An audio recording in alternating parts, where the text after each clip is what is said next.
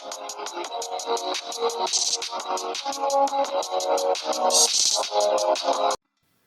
love my father, which I know is probably an odd way to start off a video, but the context is here.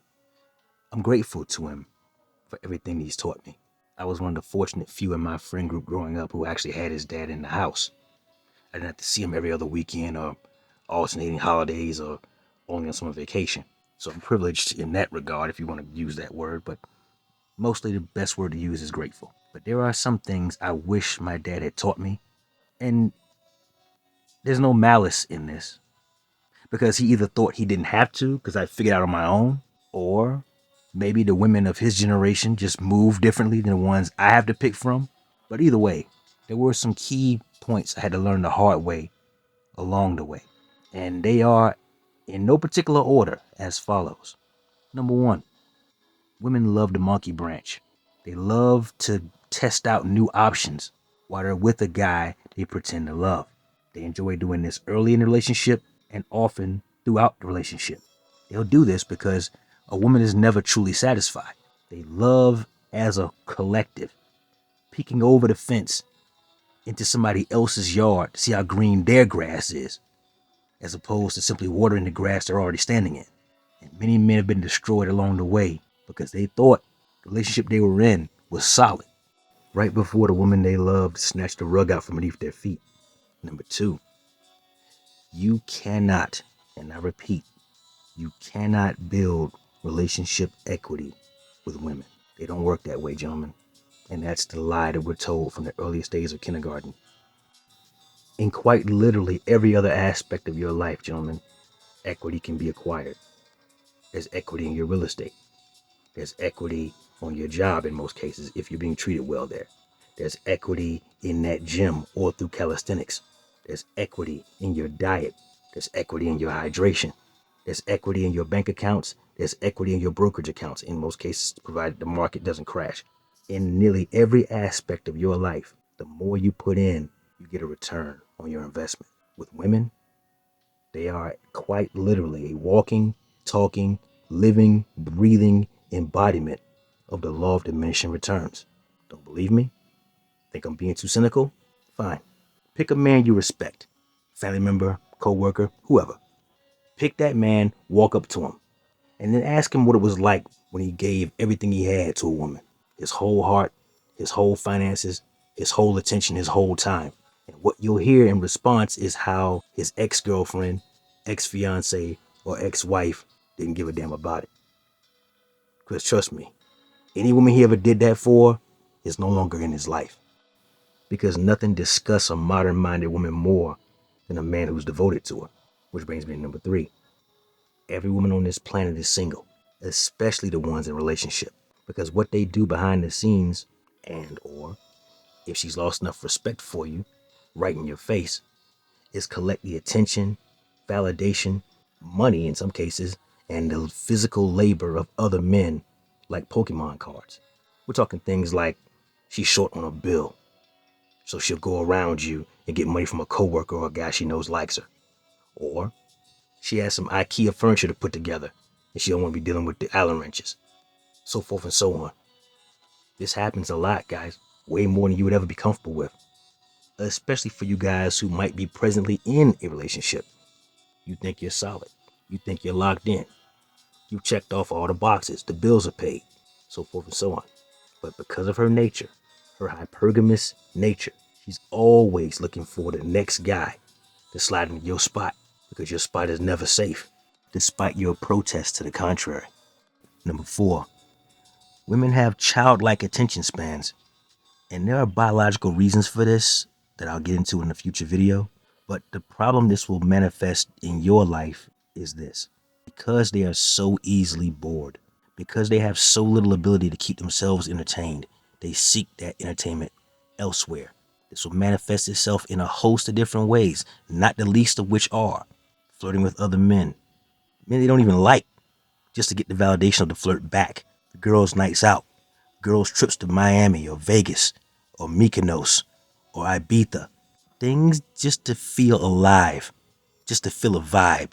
Never mind the damage such 304 activities would do to a committed relationship. Never mind what it would do to the mindset of a man who's expended some of his resources in her direction. This is a critical failing of theirs. They don't see it as such, though. 5. Women love to cheat. They love it, both physically as well as emotionally. Don't let her be ovulating on top of that. Don't let her be ovulating on top of her baseline nature, because she will do some reckless shit when the hormones team up with her hypergamy. Reckless to the point of going out, letting some dude conquer her. She don't even know his last name, with no rubber in sight. And then, depending on just how devious the woman might be, she will come back to you with that man's child growing in her womb and pretended it was yours the entire time. Whoopsie, I'm pregnant. Remember 2 things, guys. Number 1, women love sin and they love evil. They are drawn to it.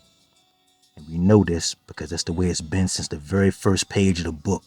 They're drawn to it like moths to a flame with an identical destructive outcome. Number 2, women are like cats.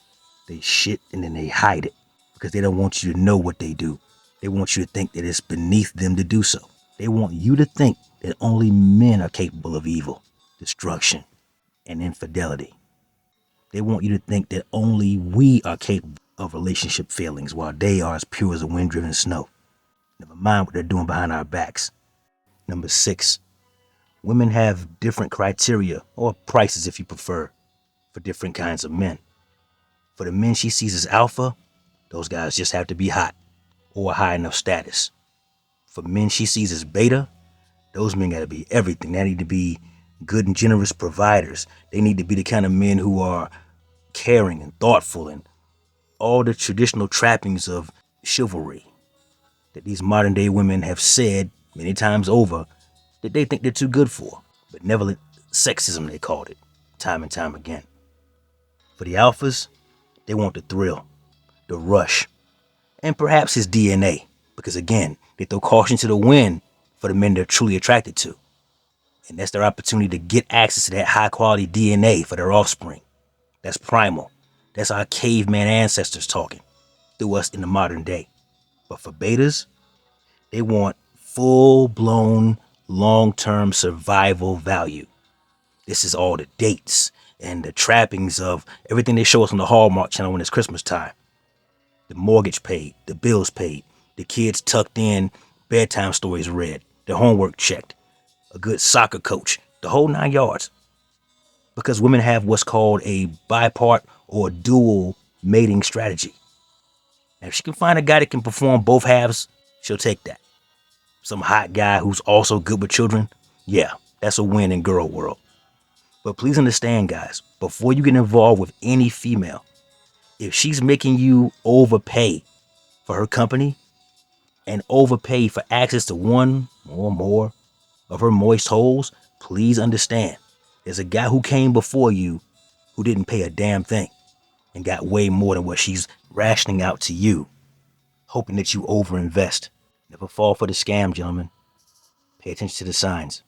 Number 7, central to a woman's reproductive strategy is to grossly overinflate her sexual marketplace value, or SMV for short. This is where the concept of, and shout out to Coach Greg Adams for this, the 49ers comes from. These are the 4s who think they're 9s, who think they deserve exactly the same kind of man that you would probably see on the arm of a Victoria's Secret model. The whole point for this part of the strategy is simple. It's to con some poor schmuck into overinvesting, strictly for her benefit, before moving on to her next target. Those unfamiliar with that can Google search the term starter husbands for more details. Trigger warning before you do. It's gonna piss you off when you read the definition. But also, this is made worse by the fact that some guys are thirsty as hell and will smash anything, no matter what she weighs, no matter how bad her attitude is, etc., which only validates them further, making their egos even worse than they already were, further distorting their perception of themselves, further ruining the overall dating market, not to mention giving more fuel to the fire of that stupid body positivity movement, which is only one-way traffic because we as men don't get that same latitude or that same leeway. You never heard anybody call a man plus sized. Number 8, women would much rather share an alpha or a man they perceive as alpha than have a beta who's dedicated and loyal to them all themselves. This is stinking thinking, but this is the reality. Anybody who ever went to high school, for you guys who went to college, I'm also ex-Navy, so in the military as well. There are guys, you could probably name them in the comment section if you choose to, who had no problem getting women. And girls knew he was taking pussy down like a mission, repeatedly, conclusively. And they couldn't wait to be next in line. They knew they couldn't get that dude to commit. They knew they couldn't get that guy to nail themselves down, but their egos, such as they are, could not believe that their gold-plated vaginas couldn't tame this man. And so, find out that this guy has 2, 3, 4, 5 baby mamas, which of course makes him pre-selected by other women. Other women willingly had unprotected sex with this man and decided to allow those children to be born rather than pushed off to Planned Parenthood. That is social value. That is social proof. And because women think as a team and not as individuals, they can't wait to be next in line. Meanwhile, the guys who would treat them well, the guys who take them on dates, the guys who rub their feet after a hard day, so forth and so on, are the guys stacked up like sardines, stacked up like cord wood in their friend zone. Never feel sorry for them, guys. 99.5% of every injury, both physical and emotional, in a woman's life is self-inflicted.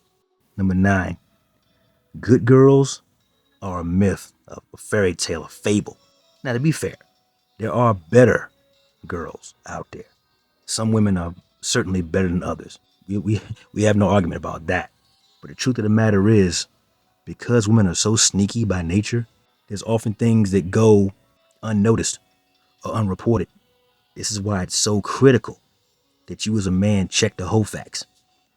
Now, if you're fortunate enough to find a girl who's a 3-hole virgin, that's something worth looking into. And I wish you well if you do. But if she's been to college or the military or any of the 10 jobs that I call red flags, and I made a video about it, I'll leave a link to that one and pin it to the top comment. If she's in any of those spaces, but she's got a social media curation of nothing but luxury, hanging out in hypercars, partying on yachts, all these jewelry she's wearing, but she's folding shirts at Old Navy for a living or working the drive-thru at Burger King, who do you think paid for that yacht she was dancing in a bikini on? What do you think she was doing down in Jamaica on that girl's trip? Use your head, bro, because she's been given plenty of it before she met you. None of the other guys took her seriously. All these high-income, high-status men who she took them pictures of and sent her back to the streets. They didn't take her seriously. Why should you? Number 10, women are only capable of regret, not remorse. This one was a broken glass and thumbtack covered red pill to swallow, because this was the one that exposed the lie that women are sugar and spice and everything nice. This was the one that clearly explained why a woman would cheat, only feel bad about losing access to that man's resources that she cheated on, while a woman can break up with or flat out divorce a man who never hurt her, never once cheated on her, and run on to her monkey branch option who's waiting in the wings and not give a damn about how it affects that man who she left behind or how it affected those kids or any of the families and friends that are commingled between the two people. Regret means I feel sorry I got caught. I now feel bad. Remorse means I did something horrible to someone else and I should not have and I never will again. That was a tough pill to swallow. And you guys need to understand that. Women feel bad when they lose something. They never feel bad that they did something. Number 11, women are very bad at hanging on to the guy who was her first choice. This is where all the alpha widows come from. For those of you unfamiliar with the term alpha widow, hit that like button. You must be new here. But I'll explain it like this. An alpha widow is a female who meets a guy she really likes, who is way above her pay grade on the SMV. This guy blew her back out, but he couldn't be tied down. So he went back to the streets to exercise his options. And now, every guy she ever meets for the rest of her life, this dude is now the bar those dudes have to reach. and they never measure up because the physicality combined with her emotions and her nostalgia creates a ghost those guys are constantly fighting against, whether they even know it or not. 98% of all baby mamas fit this profile. There's a 1% allowance for women like Brittany Renner and Bryn Cameron, that's Blake Griffin's baby mama, women who target men with their vages, specifically to weaponize the coochie, to weaponize the government for maximum financial extraction. And the 1% of widows who, for unfortunately circumstances beyond anyone's control, the man who they thought was alpha is no longer with us. Car crash, cancer, military, fire department, what have you. So they get a pass in large part. But yeah, the alpha widows are a real present danger in today's dating market because they're everywhere, because of how these women are moving. They're racking up body count so high and so crazy that you don't know who was there before you and what that dude did to her and what she allowed him to do and all the different types of freaky things they might have done that she all of a sudden now is too good for. But he got to do it for free. Crazy work. This is why Titanic is such a horror movie, in my opinion. It's not a love story. That old lady at the end of her life isn't thinking about the guy who married her, gave her a bunch of kids, grandkids, a house, and loved her for 40, 50 years. No, she's not thinking about that guy who put a ring on her finger. She's thinking about some 19-year-old stowaway named Jack at the bottom of the ocean who took her virginity before the Great Depression on a sinking ship. Terrifying. To go decades of your life not having any clue you were always a silver medalist. Number 12. Women love to be in charge until something breaks or goes wrong. And at that point, she's looking around for the closest man she can shift the blame to. You guys have all seen it. Most of you guys have lived it. She wants to run things. She wants to girl boss her way all the way to the sky. Something goes wrong. Why didn't you step in? Why didn't you say something? Why didn't you do something? Oh, I thought you wanted to be in charge. Because men understand. Being in charge is the good and the bad.